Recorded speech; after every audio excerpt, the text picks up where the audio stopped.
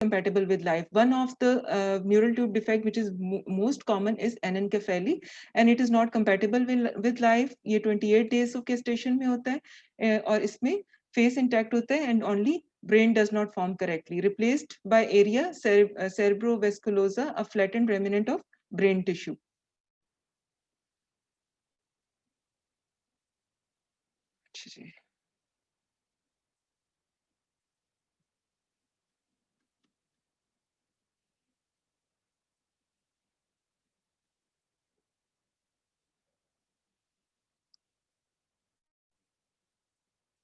अच्छा, enkephalocele जो है, this protrusion of the brain through a defect in the skull, and protruding part is destroyed by mechanical disruption or ischemia. It is incompatible with life when large, compatible when small.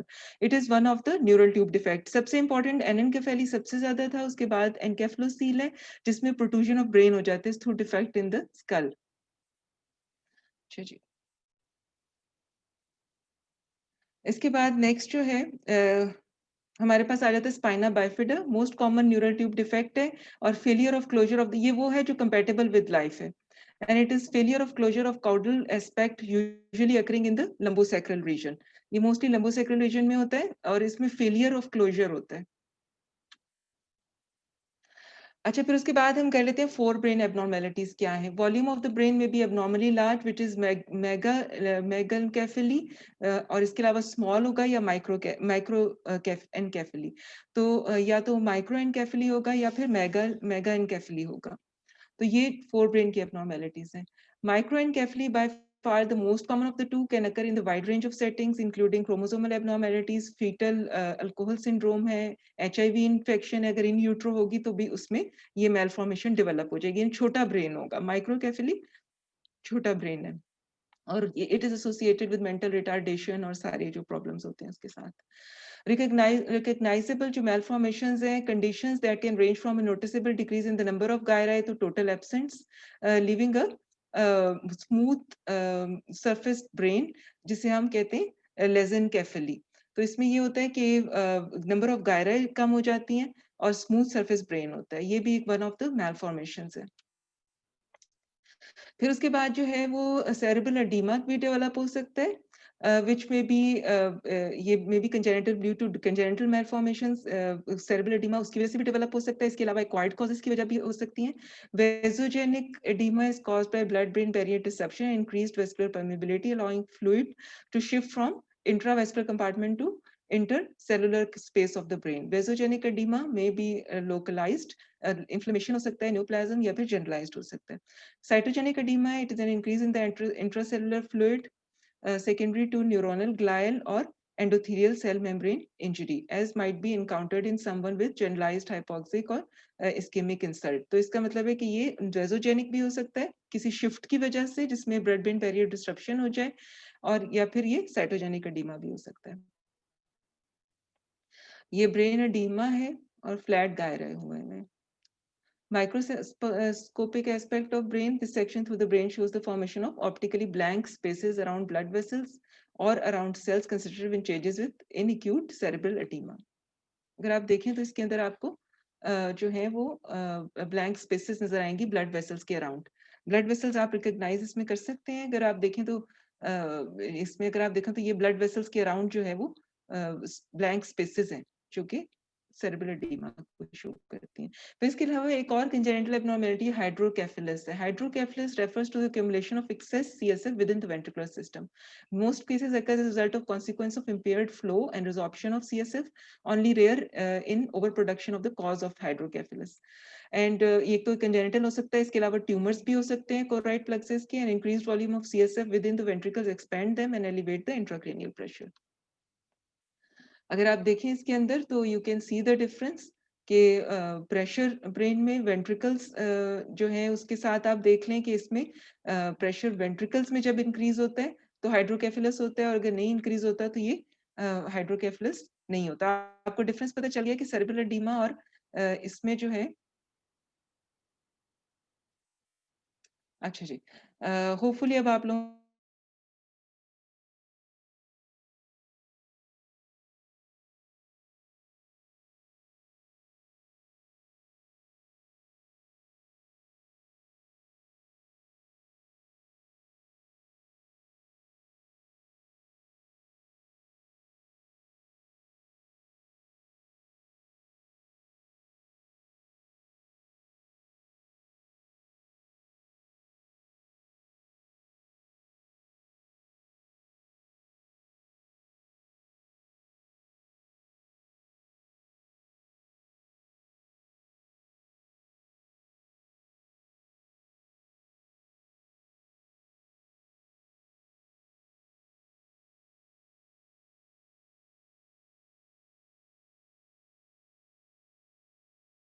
Main types of herniation है. सबफेल्सीन है जो cingulate herniation होती है. It occurs when unilateral or asymmetric expansion of cerebral hemisphere displaces the cingulate gyrus under the edge of forks. ठीक है, ये एक first type है herniation की. सेकेंड टाइप जो सब ट्रांसटेंटोरियल है, जिसमें अनसिनेट जो होती है herniation, जब medial aspect of the temporal lobe is compressed under the free margin of tentorium. As a temporal lobe is displaced, the third cranial nerve is compromised. तो third cranial nerve की इसमें palsy हो जाती है इस herniation में. फिर tonsillar herniation ये थर्ड टाइप है. पहली टाइप आपकी क्या थी? फर्स्ट टाइप थी सबफेल्सीन, जो कि यूनिलैटरल या एसिमेट्रिकल थी और इसके सिंगुलेट गायरस इन्वॉल्व था. ट्रांसटेंटोरियल है जिसके अंदर टेम्पोरल लोब इन्वॉल्व है और कंप्रेस हो जाते हैं टेंटोरियम से. और थर्ड जो है वो टॉन्सिलर है, जो refers to displacement of the cerebral tonsils through the foramen magnum. ये आपको सारी जो है लैंडमार्क्स के आपको एनाटमी से भी याद होंगे कि इसमें फोरामेन मैग्नम से जब सेरिब्रल टॉन्सिल्स जो है वो डिस्प्लेस हो जाते हैं तो वो टॉन्सिलर herniation हो जाती है. Type of herniation causes brain stem compression and compromises vital respiratory and cardiac centers in the medulla and often fatal. अच्छा, now we comes to the trauma. हमने कंजेनिटल मैलफॉर्मेशंस भी देख ली, हमने कुछ एक्वायर्ड भी देख ली मैलफॉर्मेशंस ब्रेन की, एक्वायर्ड एबनॉर्मेलिटीज भी कुछ ब्रेन की देख ली. ठीक है, herniation भी देख ली. अब हम ट्रॉमा देखते हैं. सीएनएस ट्रॉमा में क्या होता है? सीएनएस ट्रॉमा जो है एक्चुअली एनाटॉमिक लोकेशन जो है सीएनएस की वो कहाँ पर है? It is encased in the skull. यानी with nature has helped us in protecting the brain, और nature has itself protected brain in in a very hard shell, जो उसे हम skull कहते हैं. Its inability to regenerate make trauma very significant to brain, क्योंकि brain tissue regenerate नहीं हो सकता. तो जितना उसके पास trauma जितना उसको होगा उतना ही ये जो है abnormalities की chances होंगी which are irreversible. अच्छा, फिर इसमें ये है कि हमारे पास सिविरिटी जो है वो किस पे डिपेंड करती है? लोकेशन पे करती है. स्मॉल लीजन फोर ब्रेन का होता है, वो एसिम्प्टोमेटिक होता है. Small lesion on the fore brain stem जो है वो फेटल है. अगर फोर ब्रेन में स्मॉल लीजन हो तो उसमें कुछ ज्यादा पेशेंट जो है वो सिम्प्टोमेटिक नहीं होता, कई दफा वो एसिम्प्टोमेटिक रहता है. लेकिन अगर ब्रेन स्टेम पे कोई लीजन हो जाए तो वो फेटल है, बिकॉज आपको पता है हमारे respiratory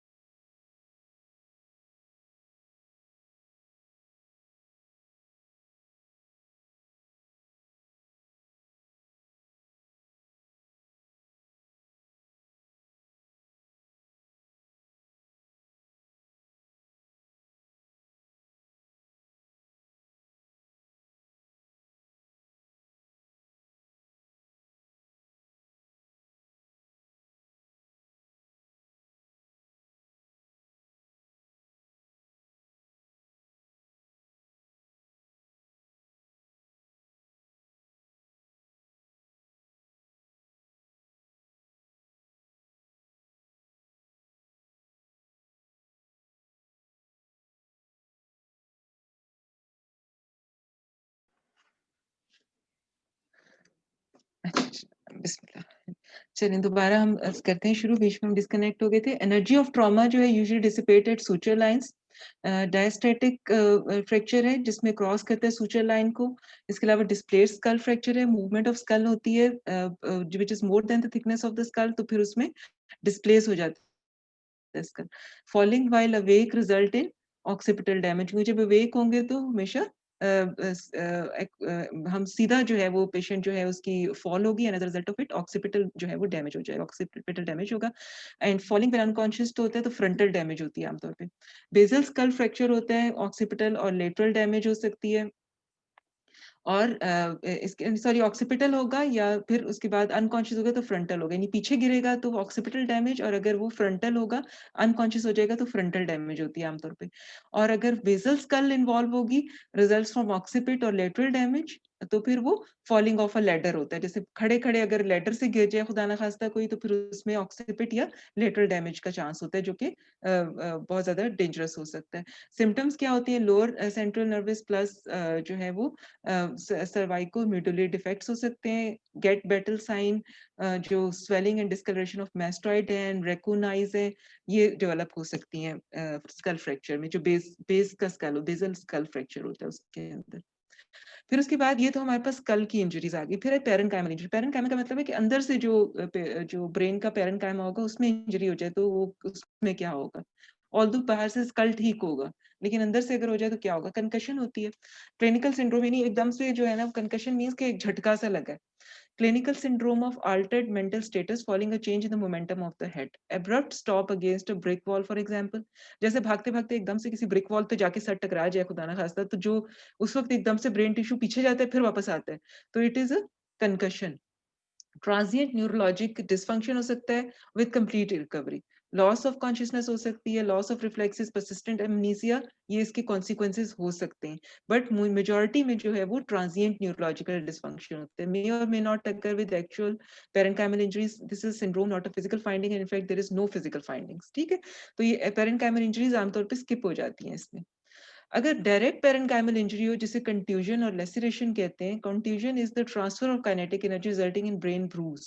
laceration is the penetrate. दो हो सकते हैं, या तो ऐसा हो कि जैसे फॉर एग्जांपल ड्यूरिंग राइड, गाड़ी में अगर कोई फ्रंट सीपर है और मेजॉरिटी में जो ड्राइवर्स हैं अगर उन्होंने नहीं सीट बेल्ट टाई की हुई, तो उसमें फिर कंट्यूजन का चांस होता है कि इतनी जोर से ब्रेक लगे तो वो ब्रेन आगे और पीछे बहुत ज्यादा काइनेटिक एनर्जी के साथ मूव करते हैं और ब्रेन ब्रूज हो जाता है, यानी ब्रेन टिश्यू जो है उस ब्रूज्ड हो जाता है, और ये डायरेक्ट पेरेन्काइमल इंजरी होती है। और लेसरेशन इज द पेनिट्रेटिंग, या फिर लेसरेशन हो जाए, कोई चीज पेनिट्रेट हो जाए, तो वो फिर डायरेक्ट पेरेन्काइमल इंजरी यानी पेरेन्काइमा इफेक्ट हो गया। ये डैमेज जो है ये एडीमा कर देता है। क्रेस्ट ऑफ गायराइड, distant blood supply at greatest risk particularly of temporal and frontal lobes. Head is still and struck. Coup injury होती है, it is on the same side. इसमें जो पेरेन्काइमल इंजरीज होती है ना, इसकी वजह से, कंट्यूजन की वजह से, इसमें दो इसके होते हैं इफेक्ट्स। एक कूप इंजरी यानी कि ऑन द सेम साइड, और एक काउंटर कूप यानी होता है और फिर उसके बाद वापस आ जाता है। तो इस it is diametrically opposite to coup injury. तो ये दो तरह से होकर इसमें ये प्रॉब्लम आती है कि इसमें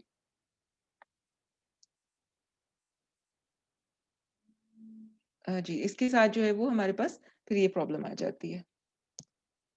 जी अस्सलाम वालेकुम। जी वालेकुम अस्सलाम। जी, जी, ठीक। जी, बताइए।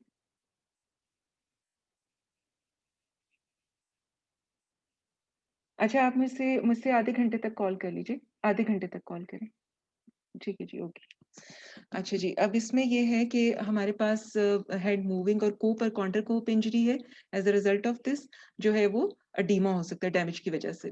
If the head were moving in one direction is and is suddenly struck, the brain first strikes the side of the skull where the impact was, then is pole जो vaulted है to the opposite side where it strikes the skull again। तो ये इसको दो तरफ से school को brain strike करता है। ये देखिए, ये कूप एंड काउंटर कूप इंजरी है। आप इसको काउंट्री कूप इंजरी है, इसमें देखें तो प्राइमरी इम्पैक्ट है और फिर उसके बाद काइनेटिक एनर्जी ट्रांसफर हुई और सेकेंडरी इम्पैक्ट हुआ।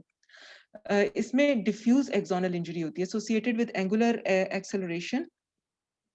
Angular acceleration, even in the absence of impact, like in a car accident when the patient doesn't actually strike anything but dies। यानी वो पता नहीं चलता कि उसको किसी चीज ने स्ट्राइक किया है नहीं, लेकिन चूंकि सीट बेल्ट नहीं टाई की हुई, तो it can result in diffuse axonal injury. Diffuse axonal swelling occurs within hours and persist। Increased microglia in related areas in cortex with subsequent degeneration of fibers। People die of this without contusion, laceration, or fractures associated with an immediate decreased level or loss of consciousness। तो ये हो सकता है कि axonal injury हो और साथ ही patient जो है वो कोई उसमें ना लेसिरेशन हो, ना कंट्यूजन हो, ना फ्रैक्चर हो, but patient dies due to diffuse axonal injury. तो ये इतना इंपॉर्टेंट है कि सीट बेल्ट टाई की जाए। फिर ट्रॉमेटिक वेस्कुलर इंजरीज हो सकती है। हम ब्रेन ट्रॉमा पढ़ रहे हैं ना, तो इसमें ट्रॉमेटिक वेस्कुलर इंजरीज भी हो सकती हैं। वो कैसे होंगी? एपिड्यूरल हो सकता है, जो है vascular injury. Dura is closely affixed to skull and representing a potential space between associated with middle meningeal artery and temporal trauma, a smooth linear contour of hematoma that compresses brain, lens or elliptical effect on CT scan, usually a clinical lucid interval just prior to a rapid progression to death। तो epidural trauma जो epidural जो injury होगी, epidural haemorrhage होगा, उसके अंदर middle meningeal artery involve होगी और temporal edema होगा, और as a result of it जो है इसमें इलिप्टिक एलिप्टिकल ही है, एलिप्टिकल शेप जो है ना सीटी स्कैन पे जो है वो इम्पैक्ट आएगा और ये जो है रैपिड प्रोग्रेशन के इससे पहले एक ल्यूसिड इंटरवल होगा। मैं आपको बाद में इसकी डायग्राम भी दिखाती हूँ। सब ड्यूरल है बिटवीन द ड्यूरा, ये पहला जो था एपिड्यूरल हेमरेज था, फिर सेकंड जो है वो सब ड्यूरल हेमरेज है, ये बिटवीन ड्यूरा एंड सबरेक्नॉइड होता है। It exist a real space के अंदर होता है ये, associated with bridging veins and dural sinuses coursing through brain can move but the vessels are fixed. जब ट्रॉमा होता है तो brain shears the vessels and patient bleeds. Superior sagittal sinus of elderly and demented are at highest risk. And hematoma hugs the brain matter but does not enter subarachnoid space. Is in between the sulci. Called a crescent shaped hematoma. अगर आप ये देखो तो इसमें आपको सारा अंदाजा हो जाएगा कि एपिड्यूरल जो भी हमने पढ़ा था मिडल मेनिंजियल आर्टरी की वजह से, सब ड्यूरल उससे नीचे है और इंट्राक्रेनियल जो इंट्रासेरेब्रल जो हेमाटोमा है वो उसके भी नीचे है। तो ये हम इस तरह से ये डायग्राम आपको ब्रेन हेमाटोमा का बताती है। अभी तक हमने पहले हमने वैसे ही ट्रॉमा पढ़ा था स्कल का, फिर हमने पेरेन्काइमा की इंजरीज पढ़ी, अब हमने ब्रेन हेमाटोमा जो है उसकी भी 3 टाइप्स देख लें कि ये टाइप्स होती हैं। और ये देखिए ये इसमें जो है पूरा इसके अंदर इस टेबल में भी यही चीज बताई हुई है, मैं इसको रिपीट नहीं करूंगी, लेकिन इसके अंदर वही एपिड्यूरल ट्रॉमा है, सबड्यूरल है, सब एरेक्नॉइड है जो वेस्कुलर एब्नॉर्मेलिटीज या आर्टरीओवेस्कुलर मैलफॉर्मेशन की वजह से होता है, फिर इंट्रापेरेन्काइमल है जो कि आपने देख लिया जिसे इंट्रासेरेब्रल ट्रॉमा भी कहते हैं। ये फिर वही चीज आप एक फिर देख लो, इसका इम्पैक्ट उन्होंने बताया हुआ है कि ये आपकी बुक में भी है डायग्राम मेरे ख्याल है, और इसमें जो है वो सबड्यूरल देखिए still attach to the skull है, एपिड्यूरल जो है वो स्कल के और ड्यूरा के दरमियान में है, और स्कल फ्रैक्चर हो सकता है, इसके अंदर आर्टीरियल ब्लड होता है ये मिडल मेनिंजियल का, जबकि ड्यूरा में वीनस ब्लड होता है। और इसकी आप देख लो तो इसके अंदर चेंजेस भी देख लो कि किस तरह की है। ए में जो है ये एपिड्यूरल बताया है इसके अंदर, और बी जो है इसके अंदर आपके पास epidural haematoma covering the portion of the dura and large organising subdural haematoma attached to the dura जो वो सी में दिखाया हुआ है। इन तीनों डायग्राम्स को आप देख लो कि ये किस तरह से होते हैं। फिर उसके बाद स्पाइनल कॉर्ड का ट्रॉमा भी आ सकता है। Trauma usually involves damage or displacement of the disc. Lesion size and location determine symptoms. Above lesion, there is no defect, though there is degeneration of the ascending and descending fibers that course through the level of the lesion to regions below. तो इसमें spinal cord का depend करता है कि किस level पे trauma हुआ है। Below level, there will be upper motor neuron signs and absence of sensation. At the level of the lesion, there is complete loss of everything. ये आप लोग बाद में मेडिसिन में भी पढ़ोगे, न्यूरोलॉजी में भी, उसमें भी इन्होंने जो है आपको पता चलेगा कि अपर मोटर न्यूरॉन लीजन्स क्या है, लोअर मोटर न्यूरॉन क्या है, और लेवल के ऊपर जहां पर ये होता है वहां पे क्या होता है, वहां पे कंप्लीट लॉस ऑफ एवरीथिंग होता है, ना मोटर होता है ना सेंसरी होता है, तो ये होता है। अच्छा, फिर उसके बाद हम हमारे अगला जो टॉपिक है इसी से रिलेटेड, ट्रॉमा से रिलेटेड, वो हाइपोक्सिया, इस्कीमिया और इन्फाक्शन है। Although it is not 100% related to trauma because इसकी कॉजेज बहुत सारी हैं हाइपोक्सिया इस्कीमिया की, जो जिसमें थ्रोम्बोसिस भी है, सारा कुछ है, तो ये it's actually part of brain damage, तो मैंने इसको इसमें ही डाल दिया। अच्छा, अब इसमें ये है कि हाइपोक्सिया या इस्कीमिया या इन्फाक्शन ये सारे क्या करते हैं असल में, ये इसमें ये है कि brain 1% of the body weight requires 15% of cardiac output and 20% of oxygen, बहुत ज्यादा इसके ऑक्सीजन की जरूरत होती है। ऑटो रेगुलेशन और wide range of pressure keeps flow at 50 ml पर 100 ग्राम्स टिश्यू, यानी इसको ब्रेन खुद ही अपने आप को भी ऑटो रेगुलेट करता रहता है कि ब्रेन टिश्यू को ब्लड मिलता रहे और ऑक्सीजन मिलता रहे, और ये हाईली एरोबिक होता है, बहुत ज्यादा ऑक्सीजन इसको चाहिए, इसके बगैर जो है स्टोरेज के, लेकिन इसके अंदर कोई कैपेसिटी नहीं है। 5 मिनट का सिर्फ टाइम होता है जिसमें हाइपोक्सिया हो जाए तो ब्रेन डैमेज शुरू हो जाता है। फंक्शनल हाइपोक्सिया में डिक्रीज ऑक्सीजन इन ब्लड है, good perfusion, poor oxygen stats हैं, और इस्कीमिया में डिक्रीज फ्लो है एज इन ब्लॉकेड और हाइपोपर्फ्यूजन, यानी कि हाइपोक्सिया और इस्कीमिया दोनों से ऑक्सीजन से कम हो जाती है ब्रेन की, और as a result of oxygen decrease होगी तो ब्रेन टिश्यू डैमेज हो जाएगा। ग्लोबल सेरेब्रल इस्कीमिया कैसे होता है, wide spread ischaemic hypoxic injury can occur in the setting of severe systemic hypotension, usually when systolic pressure falls below 50 millimeter of mercury, as in cardiac arrest or shock. तो shock या cardiac arrest में brain injury main important issue होता है, क्योंकि cardiac arrest में कई दफा resuscitation से 20% चांस है कि पेशेंट रिवाइव हो जाए, या रिससिटेट करके तो पेशेंट दोबारा से रिस्टोर हो जाए उसका कार्डियक एक्टिविटी, लेकिन इंपॉर्टेंट ये है कि उसकी ब्रेन को कितनी हाइपोक्सिक इंजरी हुई है, ये इंपॉर्टेंट है। इसीलिए पेशेंट कार्डियक अरेस्ट से बाहर आ जाते हैं, लेकिन ब्रेन इंजरी की वजह से जो है दे अल्टीमेटली अनफॉर्चुनेटली die.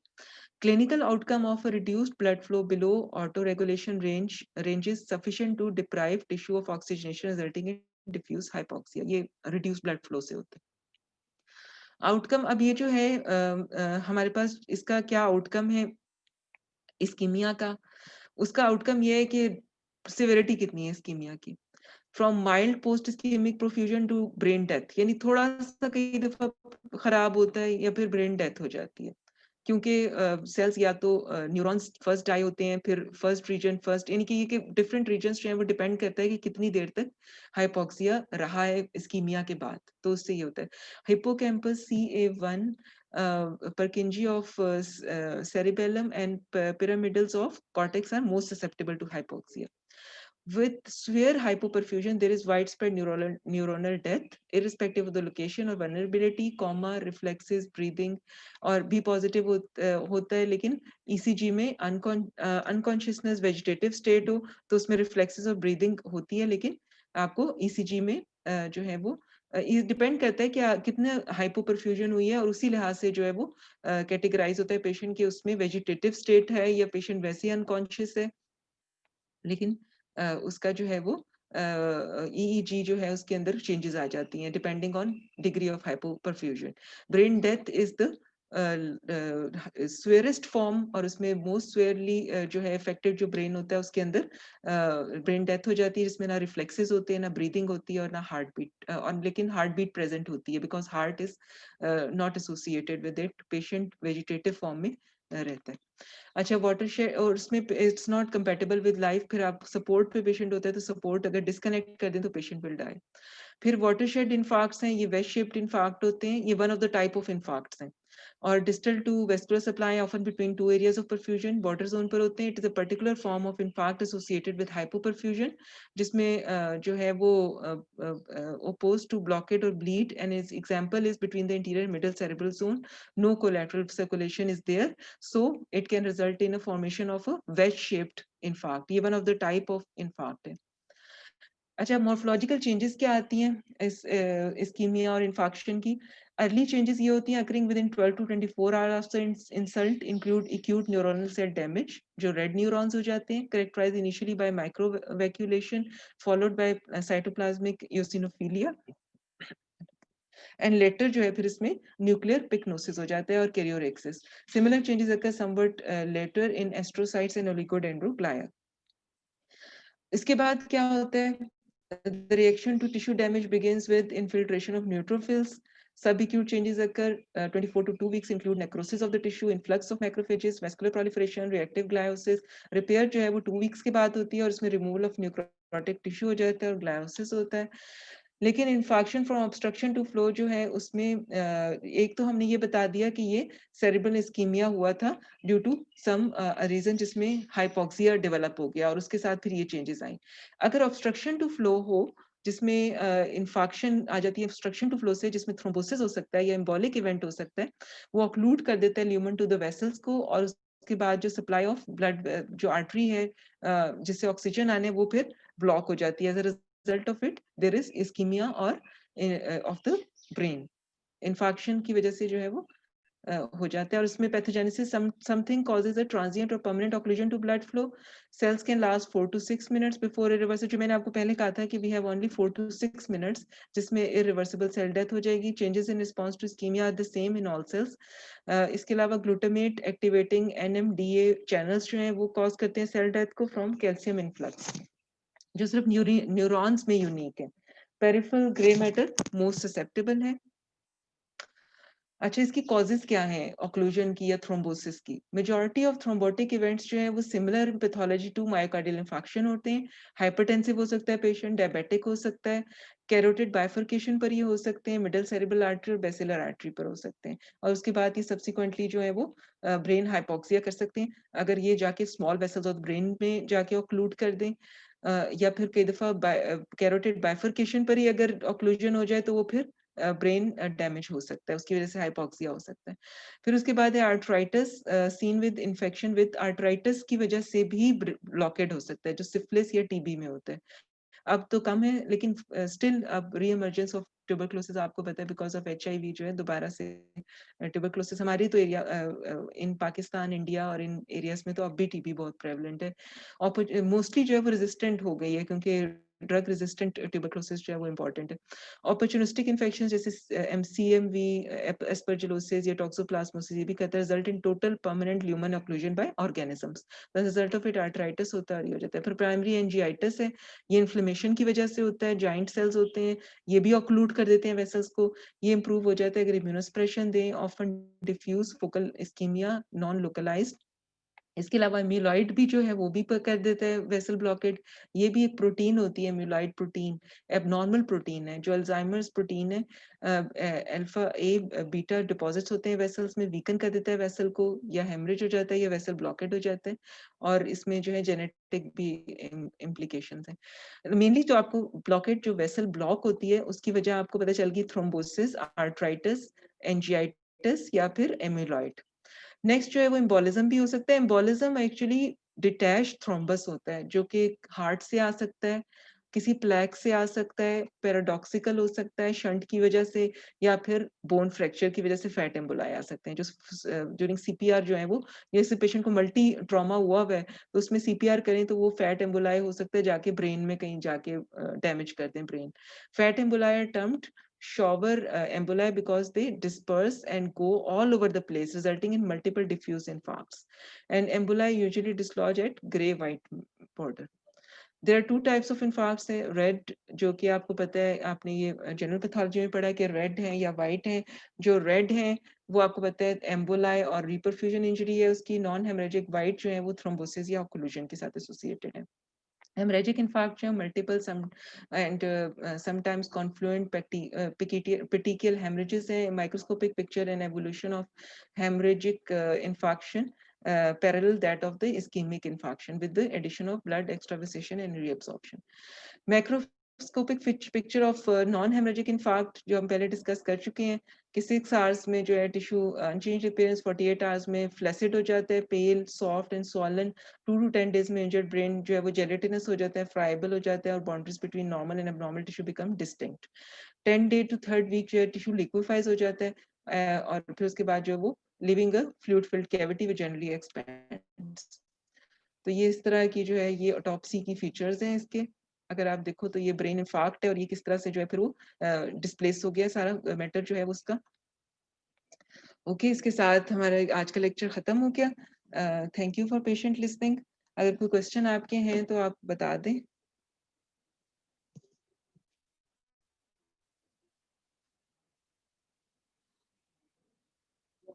अगर आप क्वेश्चन करना चाहते हैं तो आप कर सकते हैं, इसमें चैट पे कर दें क्वेश्चन कोई अगर है तो।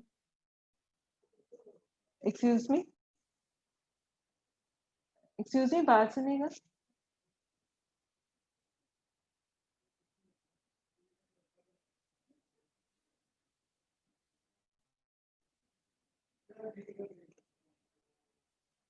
एक्सक्यूज मी, बात सुनेगा।